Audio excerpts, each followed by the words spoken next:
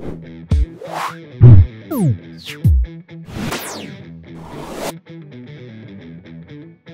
is a 50-point game. It is close corners, and I am playing pShade versus pVyros. So the purpose behind the list I'm trying out is that I found on the Crix forums that pShade has the ability to throw a Hex Blast into the enemy deployment zone on the top of turn 1. So I wanted to try a list that, has that aspect to it, because I think that's absolutely bonkers. And then also, my friend gave me this experimental pShade list that he had been thinking of. He's a Menoth and Rep player, but he was just thinking about pShade, and he was like, oh, pShade gives everyone +2 damage, essentially, with Dark Shroud. And he makes them all stealth.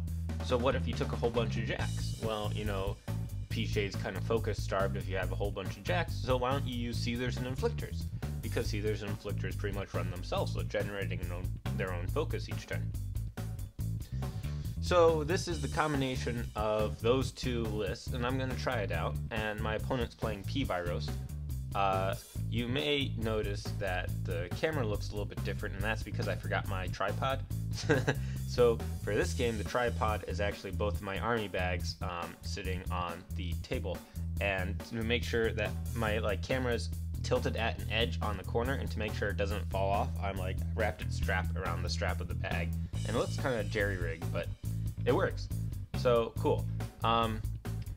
Anyway, I guess I should go over the list real quick. I have whatever these called, the Raiders, the Chicks with Whips, and they're actually key to the list because the way attacking turn 1 works, well, you'll see it, but you need them, and you also need a Raider Captain. You don't need the Sea Witch, but I had an extra 2 points. I guess I could have thrown in a Warwick Siren or 2 Necrotex, which may have actually helped out a little bit better, but because these guys, the Raiders, they don't really do anything besides provide you with the turn 1 threat, because you pretty much lose 2 of them in the process. So you have 4 of them afterwards. So maybe I can do something better with these points, but we can try that again later. And then also, just so you know, all the jacks over here, like this one, and this one, those are Seethers. It's not Nightmare, Seether, and a Slayer. Those are all proxied as Seethers. And the 2 horses are Inflictors. And then I have pShade, not eShade there. And this is a Night Wretch. And then I have pShade's girlfriend behind him someplace. Okay, so over for him, he has the 2 Manticores. That was pretty interesting. I looked at their card, and they can get up to power and strength 20 pretty easily. And then he has some shield wall guys, and then he has some shooty bang bang elves, and he has the new jack for them where it's like, oh look, you killed me? Oh, I stand up with all my shields in a box in each system. It's fair. And then also we have that one. Oh, he has 2 rifle teams. This is pVyros tier 4, so I'm not sure if the rifle teams are, if they're needed for the list, but that's how he was able to get the advanced move, and that's why the Manticores are so far out. This is before anyone's gone, and the Manticores basically had advanced move. Then also, we have pVyros right here. Then there's another sniper team right here. You can just barely see it. And then also, this guy right here, this little base right here, that is an Arcanist, and there's another Arcanist, or Mechanic. It's a Mechanic, because I guess there's a couple Arcanists. Then there's another Mechanic right here. And so I was looking at this list, and he says he did it on purpose, but I think he just bumped his Imperatus when he was setting up. But he had both of his Mechanics touching Imperatus's base. And I was like, well, that's a pretty top of turn 1 target. I throw a Hex Blast at Imperatus, I kill the 2 Mechanics, and then I'm on my way. Because, oh, I guess I should explain this too. Alara right here is actually a Soulless for the Halberdiers, and then the Shooty Bang Bang Elves have a Soulless too. And there's a couple Thanes in there, and it's just all little support solos. So I couldn't really throw Hex Blasts at the Riflemen or the starting in Shield Wall House Guard elves because, well, it wouldn't have reached and wouldn't have done anything. And a Hex Blast at a Manticore doesn't make sense because it's not going to do any damage. And then also, well, I guess it could do damage because a boosted 13 can hurt. And then also, I don't really want to take out one of the heavy rifle teams. So I was thinking, you know, if I can take out two mechanics, like in the beginning, then he loses his +2 strength, he loses some focus economy, and like I'm sitting pretty. So that's what I'm going to try to do. I'm not going to get one of them guaranteed because he bumped Imperatus as he was deploying and moved the mechanic and decided not to move it back in base contact. So what can you do about that? But he actually didn't know what was coming, which made it kind of interesting. Okay, so here we go. Well, it's not a pretty standard first turn. Okay, this is how it works. So I guess I should explain this first. So the way it works is this witch is going to go and give these guys desperate pace. And then what's going to happen is this witch is going to run up her full 16. It's probably like right here. Runs up her full 16, and then the other witches, you know, intersperse to be in better locations, you know, not get shot up top of turn 1. It doesn't matter for the witches out of command because of the wording of Soulgate. So what you do is you just move the witch up, you sit her there, then, you move another witch into position so that pShade can charge that witch.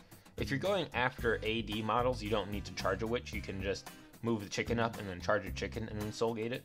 But anyway, you move the one witch like here, so you'll have like a witch here, you'll have a witch here. They're not witches, they're raiders, my bad. So you'll have a raider there and a raider there. I haven't played with raiders in a really long time, so I'm going to get them confused. You have a raider there and a raider there, and you have, like, you know, your other girls here so that they can be threatening or something like that.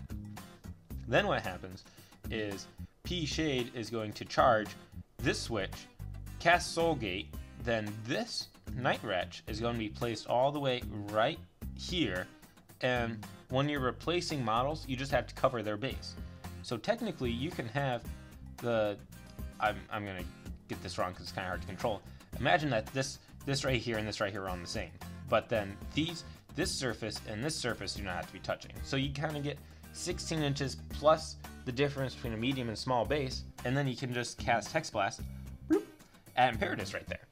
And I mean, it uses all your focus. Well, you can use one to boost, but it uses all your focus and you lose 2 raiders and a Night Wretch, but you're attacking the enemy deployment zone top of turn 1. I mean, before this, besides Adjudicator trampling up and getting double scatter 1 to 6 inches to the 1, I haven't heard of that. And like, that Adjudicator thing is highly dependent on dice unless you're my buddy who plays Menoth all the time. But this is like guaranteed range to the enemy deployment zone, and it's like a 32-inch and a half threat. So it's not like you have to line up everything perfect. You actually, like, see, Imperatus is back behind his line, and I still tag him. So here, let me show you. So Raider goes up. Pardon me. Desperate pace. The witch runs up, and then the other witches, I'm trying to decide where to put them. And then one poor witch, turns around and faces Shade, so that if Shade misses, which he could, because he needs a 7, so he could miss.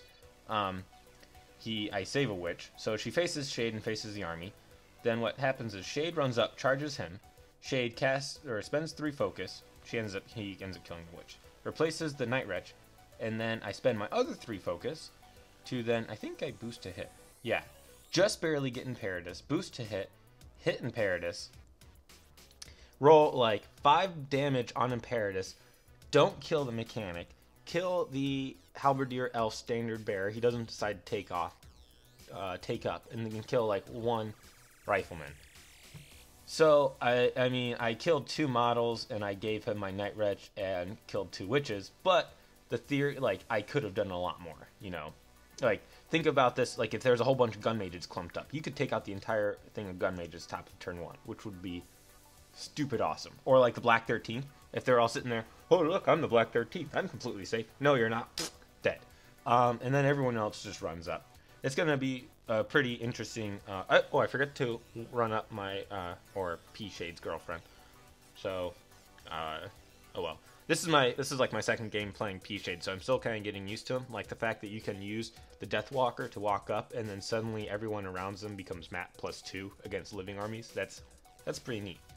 So anyway, moving on. He's kind of not sure what to do with seeing an entire like Jack list. And then I also do some other things that he's like, well, he was trying to he kind of outplayed himself, really, is what happened, or outthought himself, is because he was thinking of, oh, see all those witches? That could possibly be where a Seether or Inflictor could be, so he was taking into account Soulgate. But it sucks to be him, because I never cast Soulgate again in this game, even though I probably should at some points. So, yeah, just moving on. He heals up all the shield damage on Imperatus from the Hex Blast. So the Hex Blast really just killed two not unimportant models. And then he moves up with his dudes. I forget how he kills the Night Wretch. I think he uses a Manticore or something like that. Oh, he allocates focus. That's important to do. And Imperatus is turned around because he couldn't fit, but also because it doesn't matter, because Vyros gives him 360. Yeah, okay, so this guy goes up, he puts down some covering fire.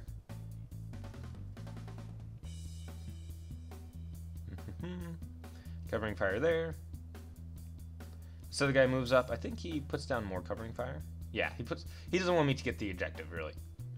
And then, yes, the House Guard all charge up, or no, they walk. No, they charge. I think they charge. And there's like a 4-man combined melee attack on my chicken, and it does a stupid amount of damage, and I only have like, he either kills it or I just have like, yeah, he kills it.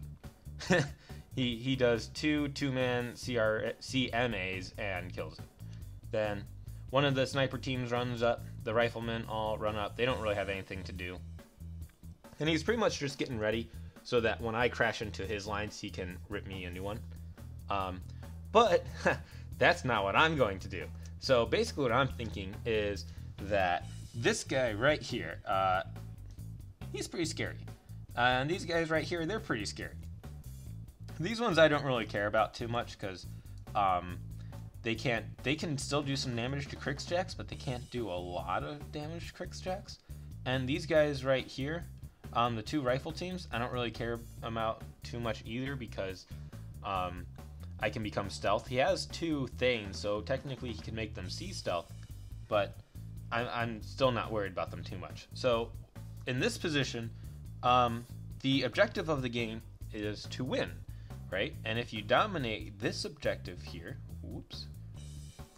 if you dominate this objective here, you start getting points. And all I have to do is contest this one. Well, he has to dominate that one to get any points. I have to control it, and then I get 2, yada yada yada, right? And his army is like super far away from mine.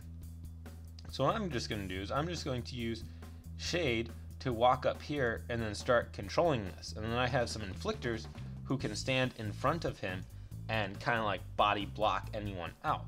And then I can just move my Seethers kind of over here and just kind of sit in front of the objective and be like, Vyros, you can come over here if you really want to, but then there's going to be 2 Seethers in your face.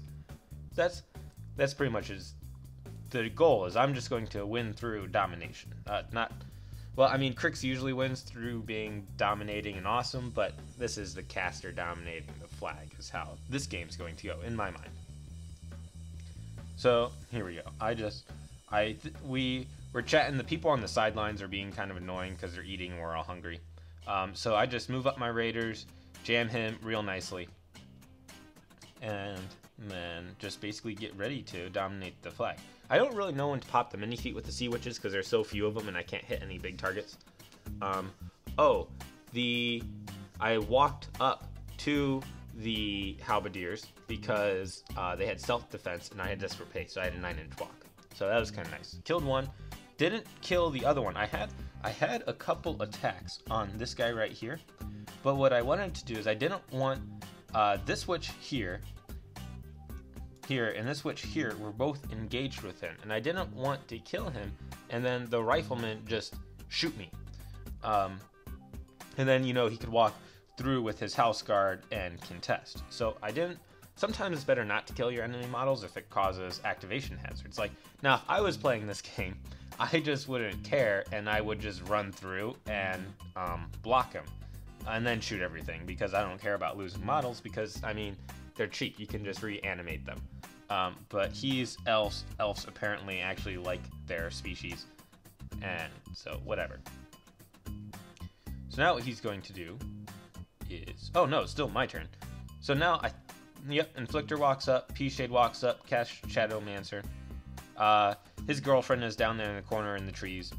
The other Seethers just walk up, and they try and block the captain until I realize, oh, they have stealth and they don't block her at all. So, oh well. I'm not used to my entire battle group having stealth. It's interesting. I really like pShade. I think he has some potential. Potential shade, that's what I'll call him. Okay, so he goes, he realizes that his shooty bang bang elves can CMA into melee and then also get like boosted dice within 8 inches. So what he's going to do is he's just going to walk up and clear them with his rifleman. After, you know, he allocates focus and does some other things. So there we go. I think that's firing. No, that's Desperate Pace. Yeah, he Desperate Pace them. He moves up those guys. He puts them on the hill, so it takes away my hill bonus. And then I think he kills... Well, let's have to see which ones he kills. Oh, he does like 4-man CMA on the one. Kills that one. CRA on the one. Kills that one. That's actually the one I don't really care about. The other one is jamming them up more. And then he uses... he does it again.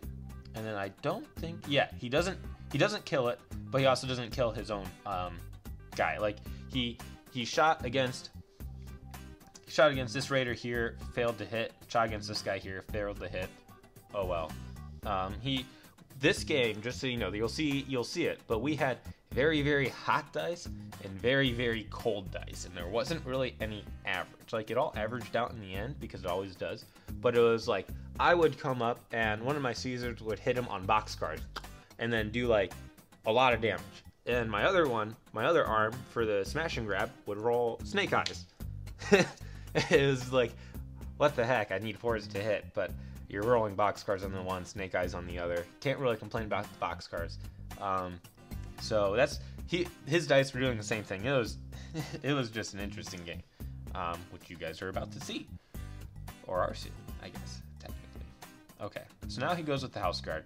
He gets within 4 inches with one of them. Yeah, that poor guy right there. And then he just moves up his other guys. Engages some of my dudes. I'm like terror check. He's like, I have a thing. So that didn't go so well. I have like 4 guys that cause terror, and they all do nothing against this army. He's just moving up. He does some attacks. He kills some girls.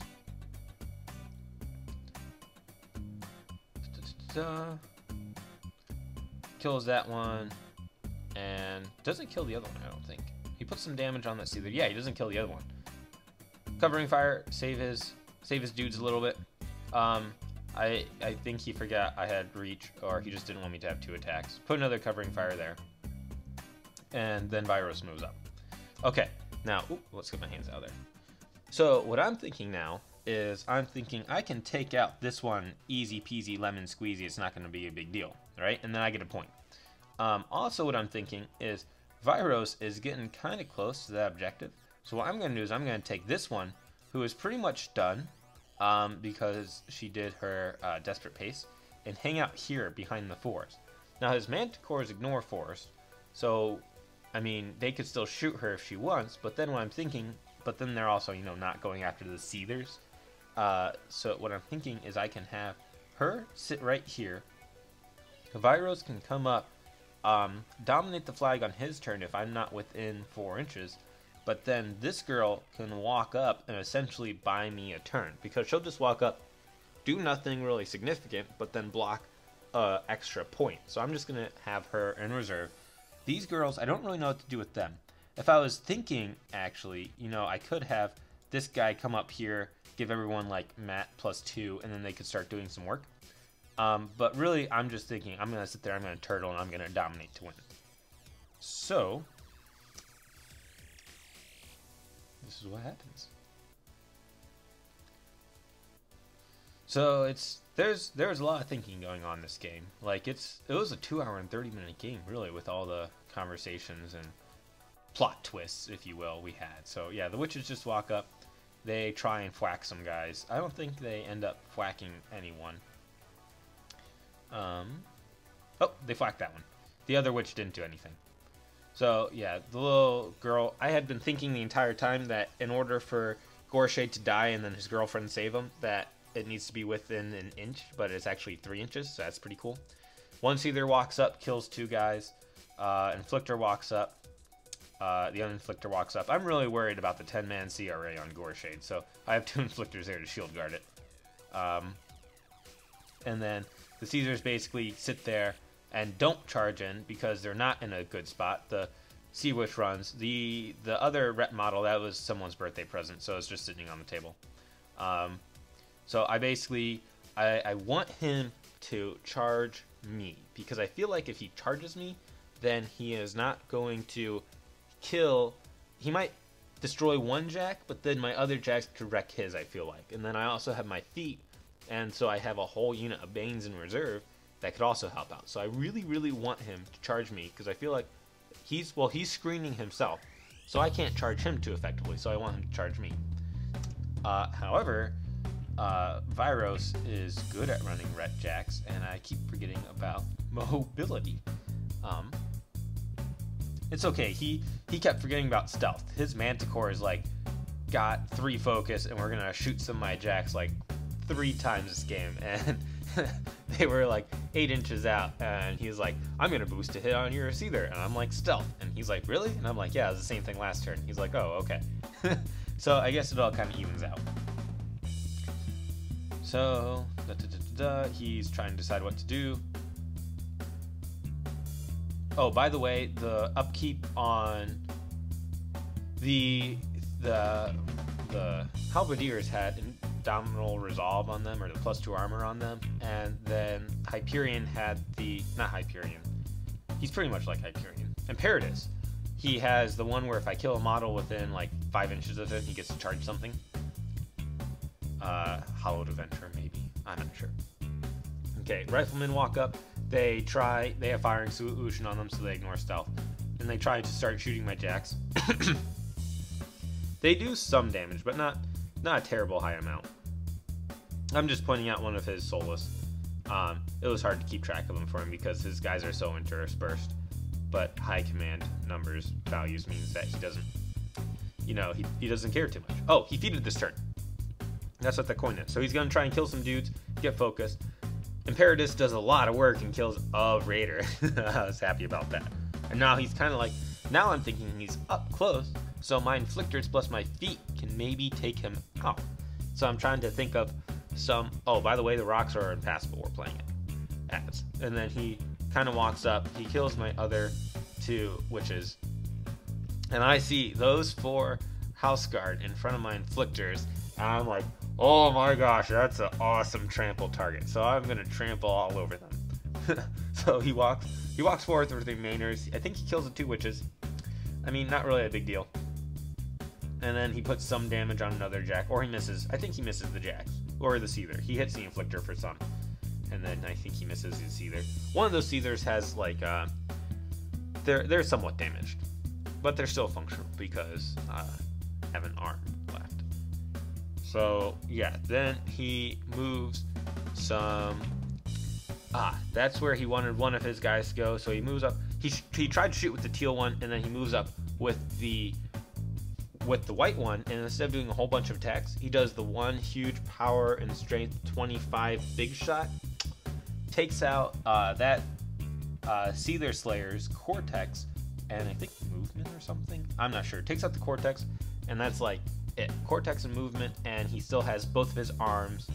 No, I think what it is he has both of his arms and his movement. Nothing else. And like he has one arm by one box. So that that Slayer Seether got really lucky. Then that's pretty much it. He forgot to reform, so I'm handing out focus, and I want to trample, and I think what I can do is have this one trample, or maybe this one trample over to here, take out some of these guys with him, and then hit Imperatus for like 1 or 2, and then I can have Shade walk up, pop feet, get some Banes, right? I'm not sure where they would be exactly, and then they can charge Imperatus, put down some damage on him, and then this other Inflictor that would be fully loaded could come up, kill him, Imperatus walks back or pops back up, and then knock him back down again. So that was the plan. And it didn't seem like too bad of a plan at the time. And then my Seethers over there were going to take care of that Manticore easy peasy lemon squeezy because, well, they're power and strength 18. Those guys are armor 18, and I have like guaranteed 3 attacks on them at power and strength 18. So they're going to be doing some damage, just a little bit. And there's 3 of them, so that's 9 dice even attacks. That's what, 63 damage? That's just a little bit of damage. Okay, so here we go. Inflictors get some stuff.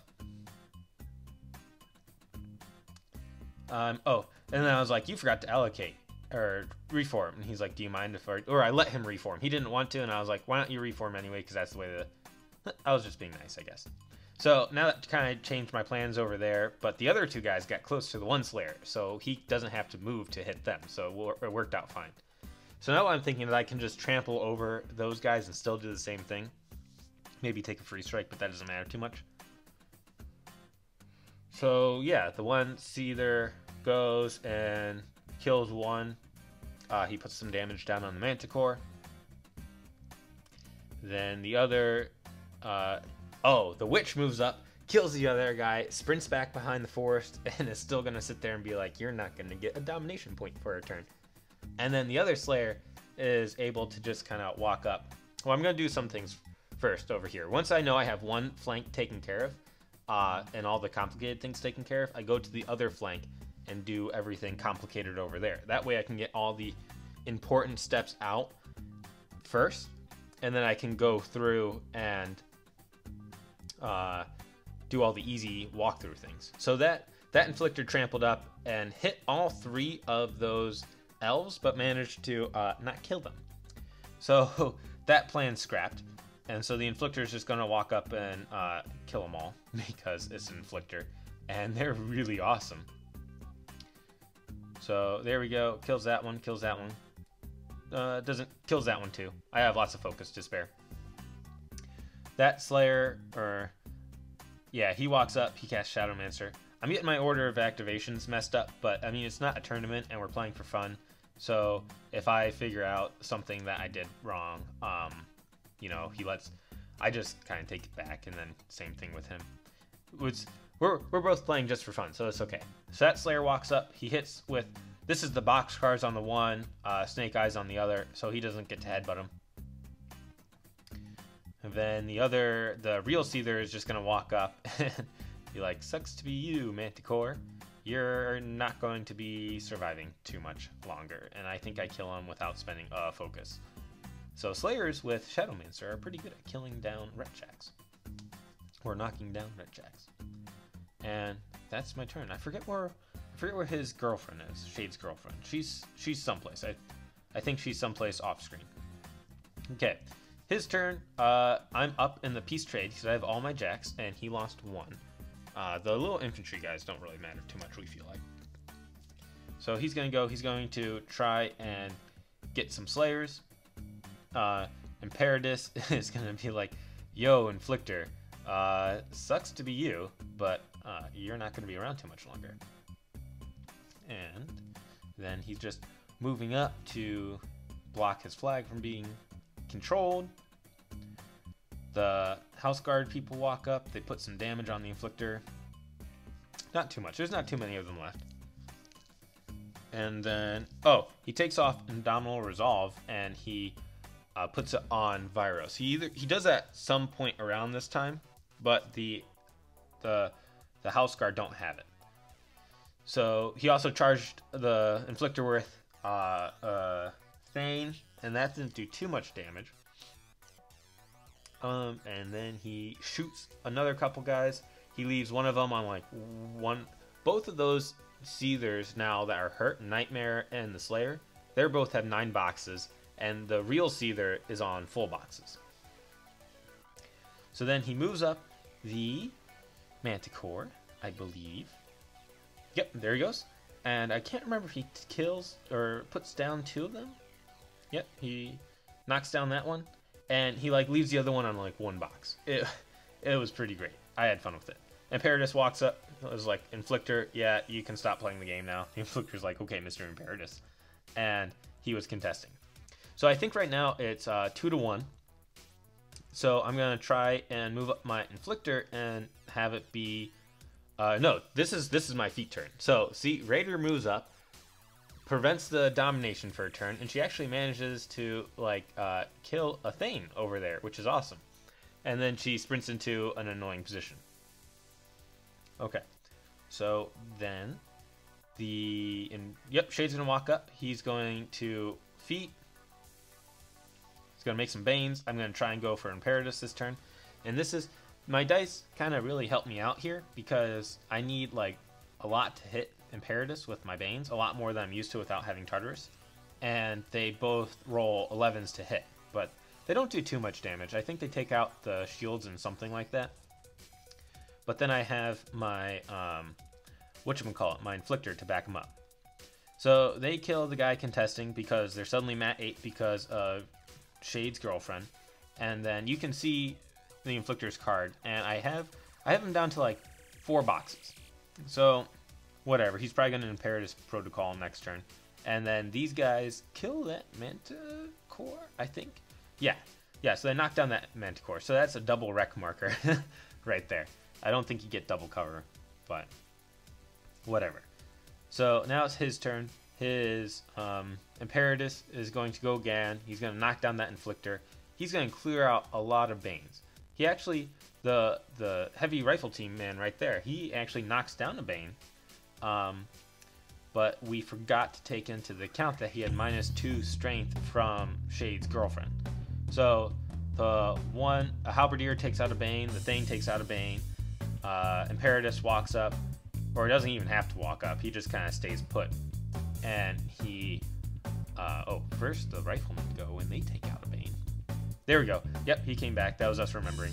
So the riflemen go. They take out a Bane. And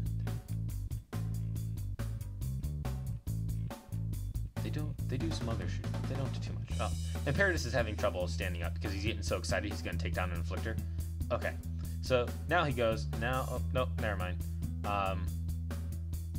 Eventually, I think he's trying to clear out some dudes so he can get another point. He doesn't kill the Raider Captain with his rifleman. And hey, that is end of the first round. And so I thought ahead, and ta-da, I have the other one ready to go. Okay, so I knock my camera because that was me replacing the battery, and away we go. So he goes for that one, knocks that one down. Then his heavy rifle team, I think, tries to shoot, but misses? Or no, he doesn't do a lot of damage. Yeah, he doesn't do too much damage. He didn't really get lucky with his AP shots. And this is my camera jiggling around a little bit because we're pressing the table, and it's in a very jerry-rigged position. So like anyone hits the table with much force, it's just gonna fall down. Imperatus takes down the other Inflictor. Inflictors don't like Imperati, apparently. And he contests my objective again. And then it's my turn. And I'm like, okay, I'm going to get that one other heavy rifleman. And I'm going to go up to 3 points. Right now it's like 3-2, I believe. Yeah, it's like 3-2 in points. And no, it's 2-2 right now. At the end of this turn, it's going to be 3-2 because I just got to kill the heavy rifle team member. And I'm just sitting in position, getting ready to go. Oh, yeah, pShade is a boss. Right now, it's 3-2 right now, really. pShade's a boss, except not really, and he needs all 7 focus. all 7 focus take down pVyros because there's a couple times he hit, but then he rolled Snake Eyes for damage, but then he rolled boxcars to hit. And it was just stupid. But eventually he gets pVyros. And then Shade's sitting there on no focus, except he has his girlfriend, so he does have backup. Girlfriend sits right there in cover, because cover is good. Those guys take out the heavy rifleman team, and then I move up my Slayers to kind of be back-to-back and contesting that scenario, or that objective. Okay, his turn. He is going to try and take down Shade, I think, maybe? I can't remember. He charges it with a mechanic. He charges Shade or someone with a mechanic, which we thought was pretty funny. So, he's also kind of debating what to do, because he wants to take down both those, the Seether and the other Seer that's really a Slayer. Or the other Slayer that's really a Seether, but he doesn't quite know how to do it. So he's trying to think through it. I'm just going to speed it up real quick. Yep, Arcanist charges. Goreshade doesn't do any damage. I think he hits, but he just doesn't do any damage. It was kind of amusing. Rifleman walk up, kill his girlfriend. Shade's a little bit peeved after that, but he can make another one. They're like blow-up dolls, really. A couple more people try and charge Shade. They don't do too much damage, I believe. And then Riflemen go. Vyros moves up. Vyros is, I'm mad. I'm going to kill 2 Slayers. One thing, I ran out of heavy bases, so we use that. And let me replay this real quick. We have one friend who is just awesome at life, and he decides that he's going to try and point out something because he's really super excited. And so he points it out, and that nice water bottle right there just completely, wait for it, bam! Knocks over all the models. We give him a whole bunch of crap for it. He's like, oh no, I'm so sorry, guys. Hang on, we got some laughing to do. I hope he's watching this right now, because he was a little bit afraid I was going to put it on YouTube, and guess what? So he's not too happy. He tries to make up for his wrongdoing for picking up all Jeremy's models. Oh, that's Jeremy from Counterslam, by the way. So we're giving him a round of applause and picking up people. I hope he's from Counterslam. That'd be really funny if he wasn't. If he was from like Advanced Maneuvers or something, but I'm pretty sure I got that right. Okay, so reset of the game. Continuing on. Never miss an opportunity to make fun of your friends on YouTube. Gotta reposition some cameras. He moves over. He is at 2 points. I'm at 3. All I need to do is walk back, take the objective, and then I'm at 4. And then I just need to body block all those guys out, and then I need to get 1 more point, and then I will be at 5 points and win. But all I have right now is Shade and 2 Banes. So really not a lot of stuff. So what's going to happen is I'm gonna keep all my focus, and I'm gonna move back with Shade, and I am going to try and clear out some guys. I think, yeah, I try and bleed one of them. Oh, yep, I move him back, and then I try and hit one of the riflemen with the bleed, because right now I'm figuring anyone I can get that is on the other side of all the destroyed jack markers, it'll be good because they get, you know, half movement. So, yep, I kill one with bleed. I'm sitting on 1 focus. 2 focus. I'm sitting on 2 focus. Cast Shadowmancer so I can't get shot off the board that easy, because I want to kill that. The blue spacer right there was the last thing. But then I realize, or he realizes, that I'm within 12 inches of Vyros. Vyros doesn't care about dead jacks because he has mobility and Pathfinder, and then I forgot Vyros had mobility and Pathfinder, and I never asked him what his threat range is. Usually, or his charge range, I guess I could say. And usually I remember that sort of stuff, but this game I didn't. And so pretty much what happens is Vyros is like, gosh darn it, I'm going for it. We're just going to go for the kill and go in. Okay. He wants to shoot me first. because that's just how he is. He's gonna move up some dudes, get ready to shoot. He almost blocked himself, and I would have been super happy about that. He gets like one shot in. Doesn't really do anything. That's a halberdier. The blue one's actually a halberdier because I knocked off all the things. So the halberdier doesn't really do anything. And then Vyros is like, guys, stop messing around.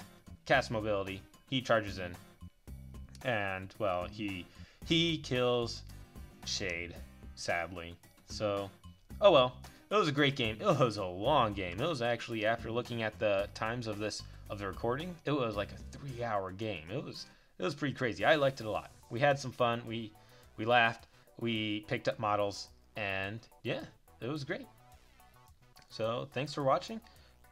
If you want to see me play any other kind of crazy lists, let me know. I always love testing out new things, and have a great day.